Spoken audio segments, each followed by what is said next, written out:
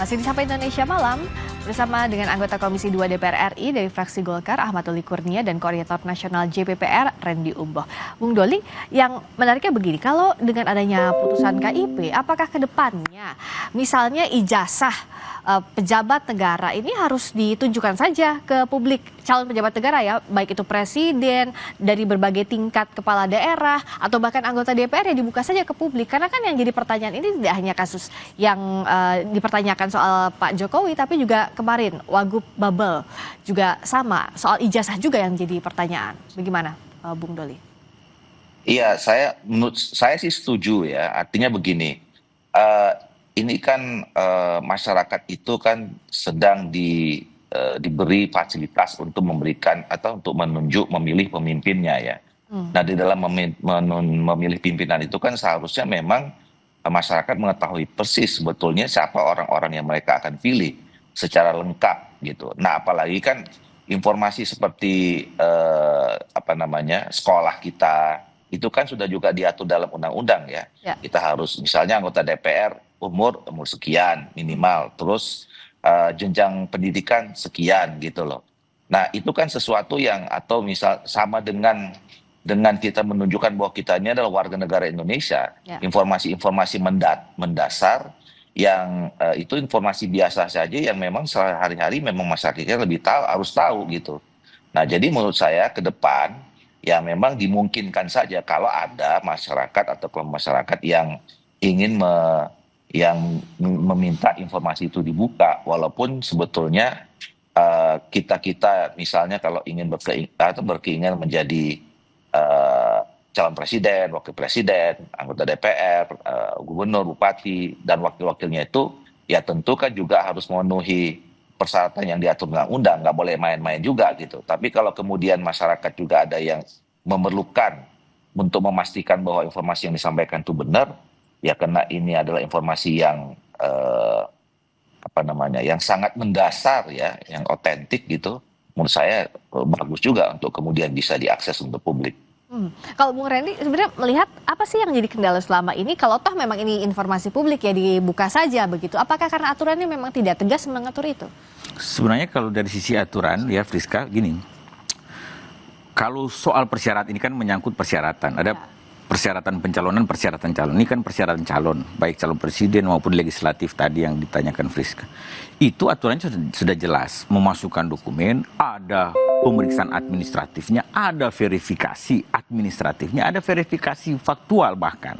Verifikasi faktual itu misalnya calon kepala daerah atau calon presiden itu pergi ke tempat perguruan tinggi misalnya dalam konteks ijazah ya, untuk cek betul nggak ini lulusan kampus ini atau lulusan sekolah ini. Itu sudah ada dalam regulasi. Nah, tapi menarik pertanyaan Friska tadi, saya paham arahnya kemana. Gimana kalau dibuka ke publik untuk semua proses pencalonan dalam konteks elected official tadi, lewat pemilu kan? DPR, calon DPR dari provinsi, dibuka aja. Iya, menarik. Sekarang kan zaman digital. Kalau perlu dibuka di website, semua KPU menayangkan ini calon-calon, habis itu yang terpilih ini semua persyaratannya sesuai persyaratannya kan, CV-nya ada, dia lulusan mana, kampus ini, bisa diakses saja, ya kan?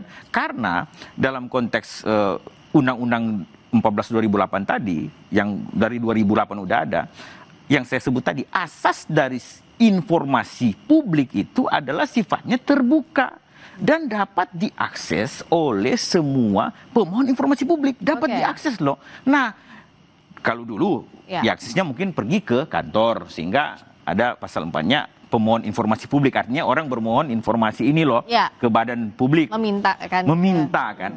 Nah, tapi saya rasa hal-hal yang dalam zaman terbuka sekarang kemudian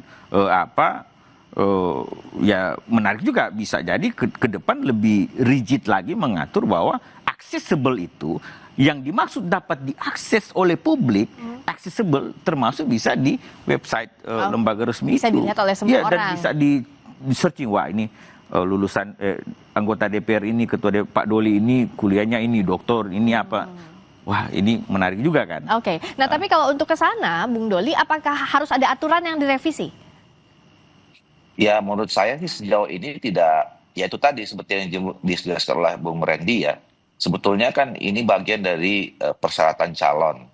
Nah, dan itu memang sudah jelas, siapapun tahu kalau orang mau jadi calon presiden, mau jadi anggota DPR, mau kepala daerah, itu tahu syarat-syaratnya Ya. gitu. Nah, cuman kadang-kadang kan kejadian-kejadian seperti yang di Bangka Belitung itu kan membuat pada akhirnya masyarakat ada yang bertanya, loh kenapa kok tiba-tiba misalnya ini jadi masalah di kemudian hari gitu. Iya. Itu yang kemudian pada akhirnya orang berpikir ya boleh dong kalau gitu informasi-informasi awal persyaratan itu juga kemudian bisa diakses ke publik.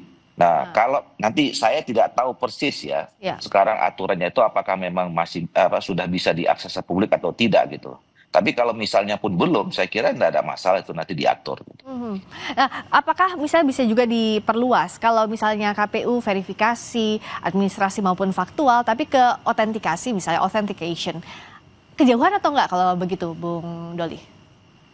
Kenapa? Kalau misalnya tidak hanya kewenangan KPU ini verifikasi saja, tapi juga autentikasi, menguji keasliannya. Karena kan sejauh ini kalau keaslian dari lembaga yang mengeluarkan kan, misalnya universitasnya atau sekolahnya begitu. Iya, sebenarnya kan itu sudah diberi kewenangan kepada KPU untuk melakukan itu, ya selama ini gitu. Nah, tinggal kan persoalannya, apakah selama ini data-data itu kita kirimkan ke KPU bisa diakses atau tidak oleh publik. Nah iya ya, nah itu kan atau enggaknya itu ya. Nah tapi tetap harus memang ada lembaga yang kita berikan otoritas untuk melakukan verifikasi itu. Nah sejauh ini kan KPU ya memang salah satu tugas dan tanggung jawab KPU untuk melakukan verifikasi itu.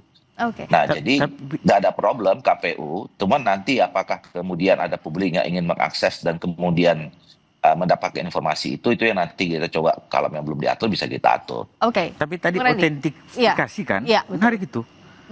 Ini yang luput dari publik loh. Friska bawa ijazah asli dalam melamar kerja nggak? Bung Doli, kita semua nggak pernah bawa ijazah asli loh. Yang kita bawa atau kita berikan kepada lembaga yang daftar apa segala adalah salinan ijazah asli, fotokopi. Nah, autentifikasi itu apa? Itulah yang disebut dengan yang kita kenal ijazah yang dilegalisir. Nah, itu namanya legalisasi. Makanya di legalisasi ijazah itu atau yang kita kenal legalisir ijazah, di situ stempelnya ada tulis begini, mengesahkan fotokopi sesuai dengan aslinya. Itu kurang lebih. Itulah autentifikasi. Jadi yang legalisir itu tadi ya.